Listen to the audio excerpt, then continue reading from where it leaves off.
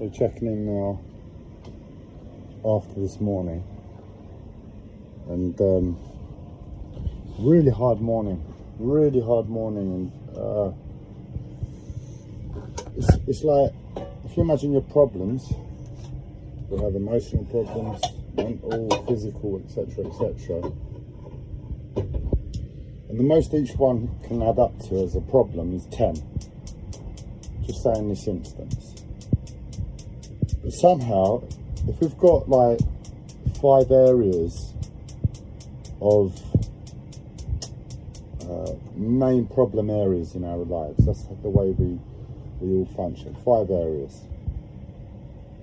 It seems today that each area, to a greater or lesser extent, some are 4, some are 2, you'll see what I mean, but it seems like each area has 3. So it adds up to some total of 15, when you look at it on the surface and you're thinking, that's not too big a problem, why am I falling apart like this for? That's what today's energy has sort of been like. As I said, some are actually a bit more like 4 rather than and some are like 2. But what it is, after I made the video this morning, the live stream this morning, and literally I'd say I've only come out of it in any noticeable way, maybe in the last half an hour. But I'll give you a rundown what happened after making the video this morning. So I was in a real tough place. I was feeling nauseous, I was feeling physically in pain, I was feeling mentally I couldn't think, like I still can't deal with all the stresses, blah blah blah. I couldn't breathe to my problems in the world. And I was feeling a bit hungry at the time, that reminds me now. But I said to myself, I'll go out and get some celery. I was hoping to make a green juice, continue with a good routine that I've been going on. Sorry, I have to take my top off, it's my mental health. As I said, I've not long been home, and it's one of the normal first protocols that I partake in, but I picked up the phone now instead. One second.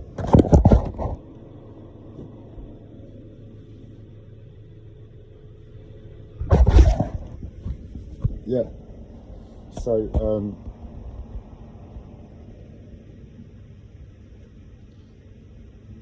I went and got some green celery, and no, sorry, I said I was going to go and get some and go to the post office at the same time. But what happened is there was a box I've been waiting to take down to the car, and I thought, oh, let me take that at the same time. And I put it in the car, and the pain sort of took over, and I said to myself, let me just sit in the car for 5 minutes, let me regain myself. And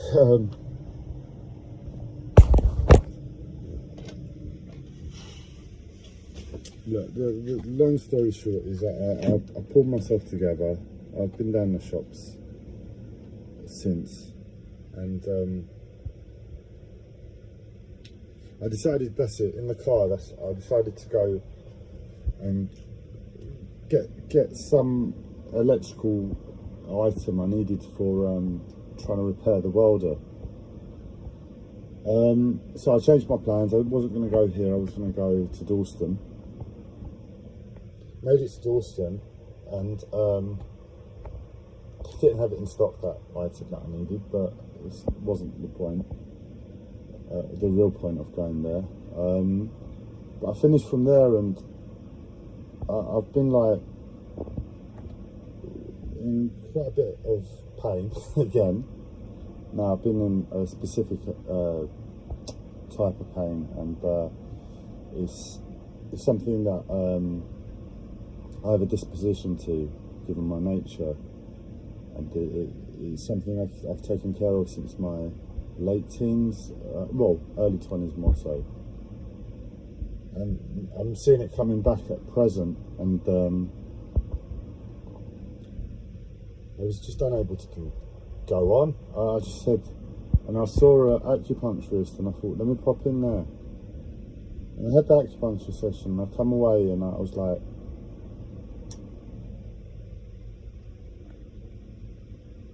I feel better. I actually feel better. I don't feel like I'm about to fall over and keel over in the side of the road. I'm able to go about my day now.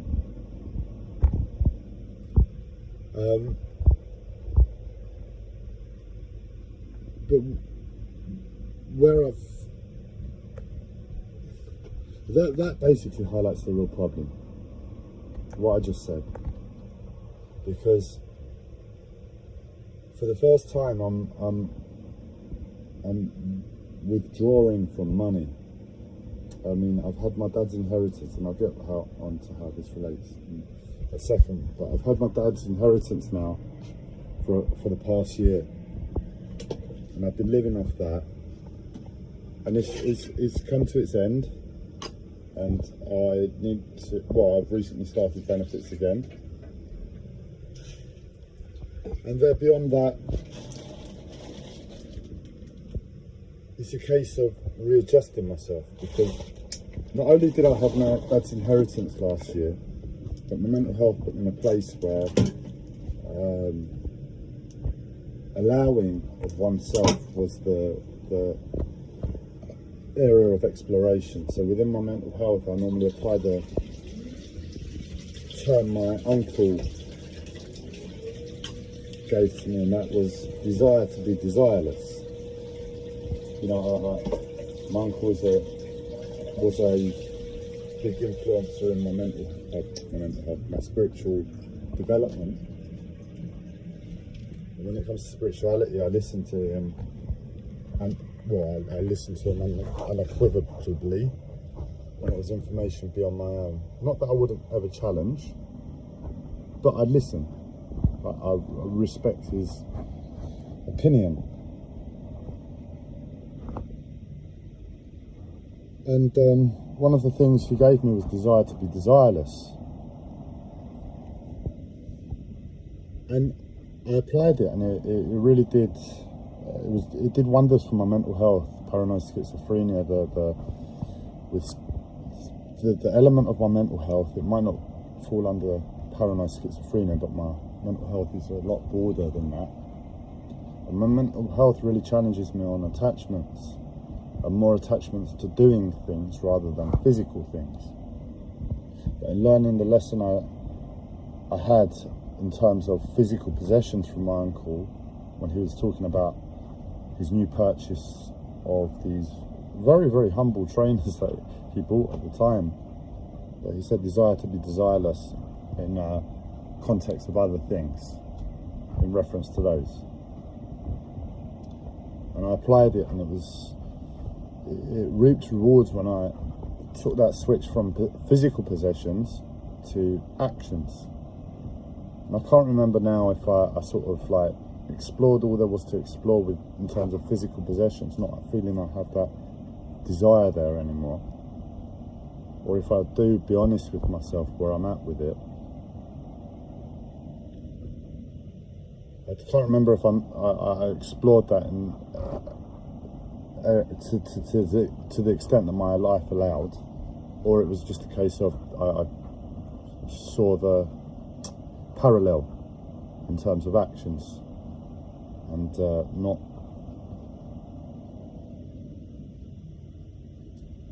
exploring the idea of what happens when we're powerless to being able to do simple actions.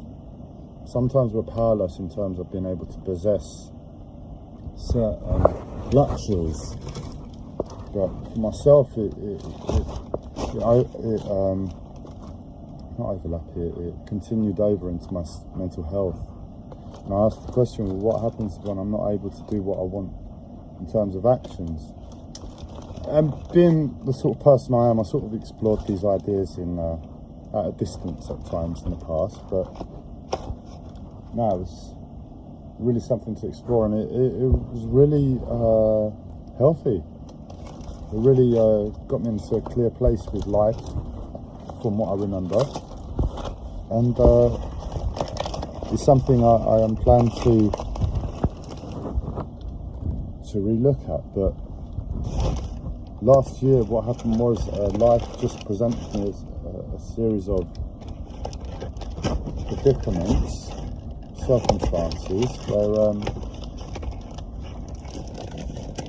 I needed to explore being kind to myself in terms of giving to myself, not because I wanted to in the first instance, but because of what it does in the present moment. We can all admit,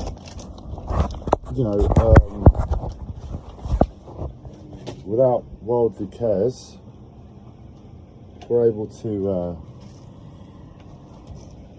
buy a bagel down the shops or whatever we like to eat and nourish ourselves when we're out and about, to give to ourselves when we're out and about.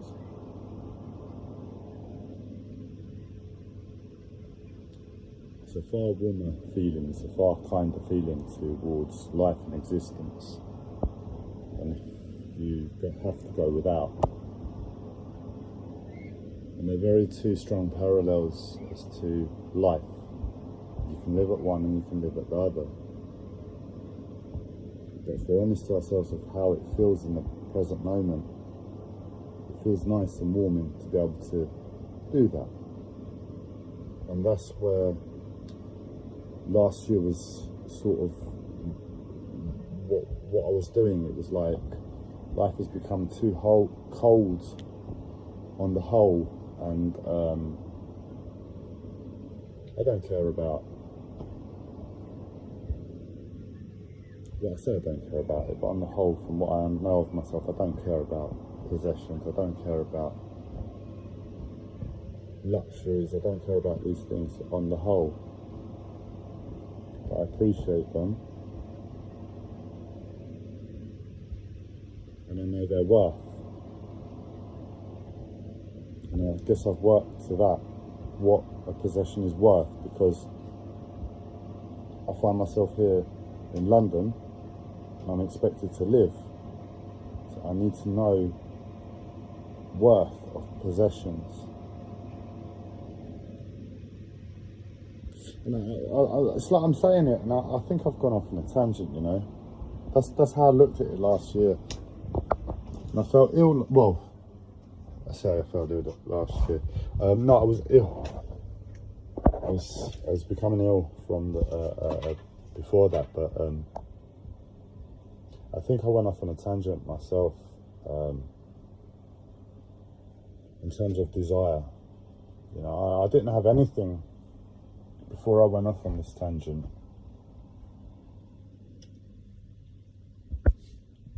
I see it, and it's like it can be called both ways, but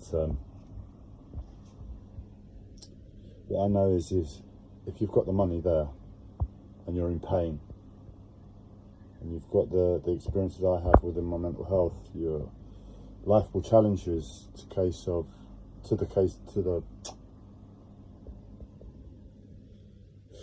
I'm struggling to get my words out, but it's helping me because all my stomach is knotted from what's been going on. So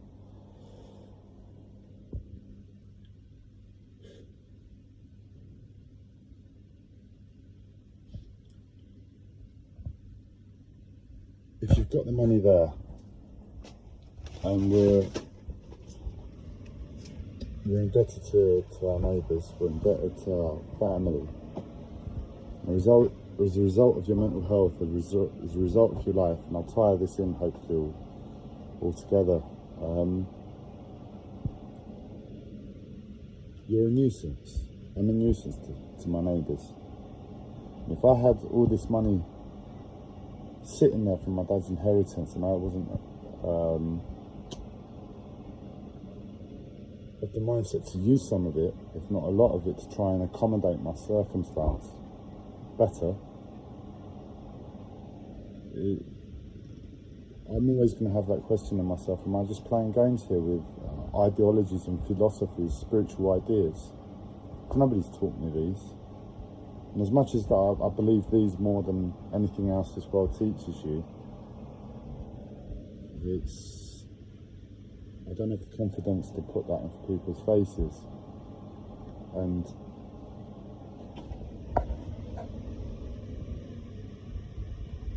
for that reason, it's how I spent the money anyway, on health. I'm trying to get my own personal circumstance better. So if you will, if I've made it worse or not, but yeah, sorry about diversion, but basically, I'll try to tie this back to the title.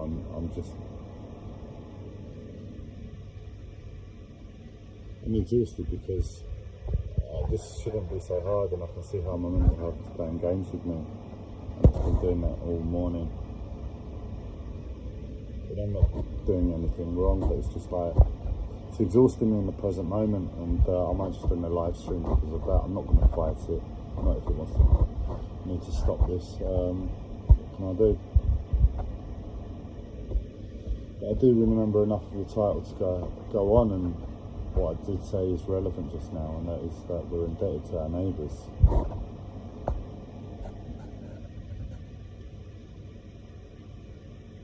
Can you imagine my neighbour finding out that I've just caused them a living hell, and I've got all this money sitting there in the bank, and I'm not using a penny of it to make my condition any better? It would be unthinkable. And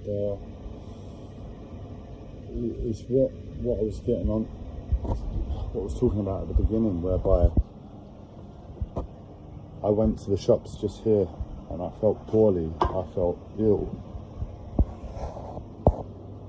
Would you call it good luck in terms of knowing where the right places are to spend money, where you can just justify it for no reason? Or would you call it the same thing as going and getting a bagel for yourself? It's because you've got that extra money in your pocket then. And you do feel like shit. This life makes you feel like shit. And just like I knew acupuncture would make me feel better, that person that appreciates the bagel knows that the bagel will make them feel better. And it's the same thing. But where I've been challenged, and this is where it's appropriate, this is where it's key, and that is in relationship to the rest of the world. Because we have, to a certain extent, we have as a nation, as a segmentation of humanity in terms of the Western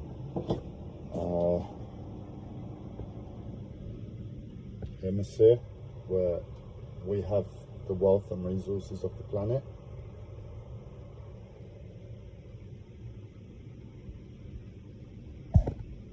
And that's the question. It's like, what are we doing, man? When we can walk down the shops and feel rough from our hardships of this life, to go and treat ourselves to a bagel or some acupuncture. Forget how ill our bodies must feel in the first place. When a lot of people, they can barely feed themselves on a daily basis. How rough do they feel on a daily basis?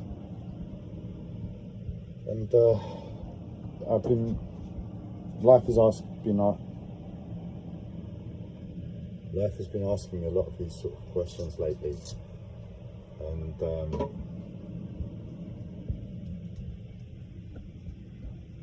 I don't know what the answer is, because it's knocking me over.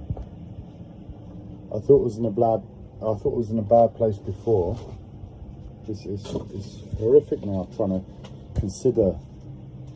truly consider like people who have less than you, when my life is so challenging as it is in the first place. And well, that's what I'm sort of getting at, because from my perspective, from this perspective, I don't know how I really can do any more. And I know I can with the right long-term education and teaching and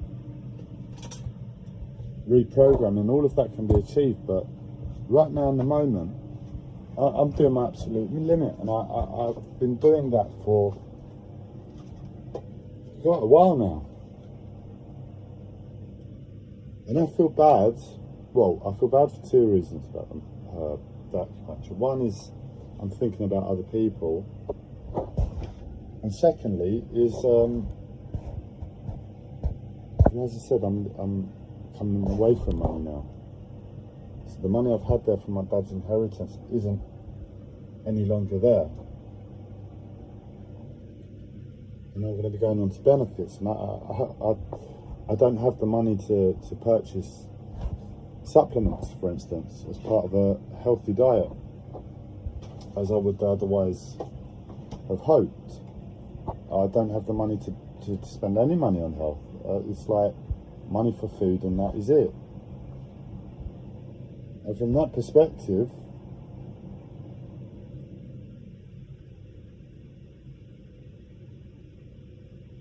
it's been brought into question again for me. So I sort of felt overwhelmed today with the pain. I just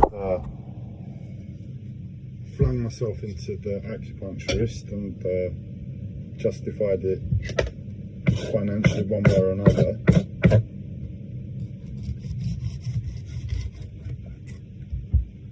But what's the right way to live? Because if we start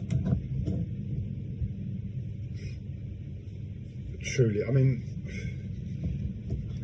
any more than a few hippies and brave souls here and there, if we start implementing any care for the outside world by means of doing things like that to our own lives, it's a bit of a joke.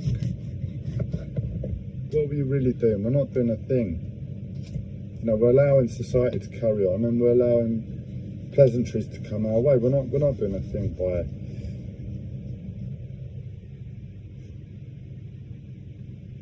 giving consideration to them by maybe skipping that bagel. As far as I can see it, and to a certain extent it's absolutely true, it's like the justification for knowing we're problems. I know I'm a problem, but we're a problem as a race. I speak to the white people now. We're as a problem as a race, and for all intents and purposes, Europe has been the, I want to get my words right, the place where most white people in the world congregate. Europe, that and the United States of America. So in that terms, it's a case of, as other races come into Europe, they often try to be like us. So it's still not.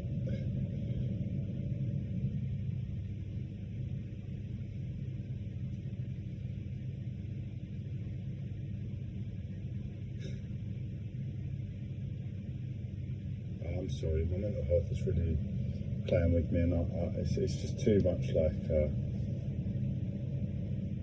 of a challenge to try and focus on stringing a sentence together when it's so challenging otherwise. But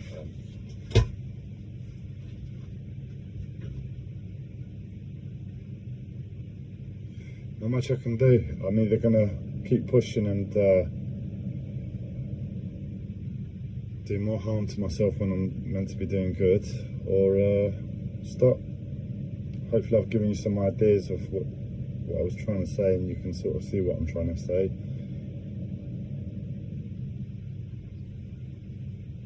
Till next time.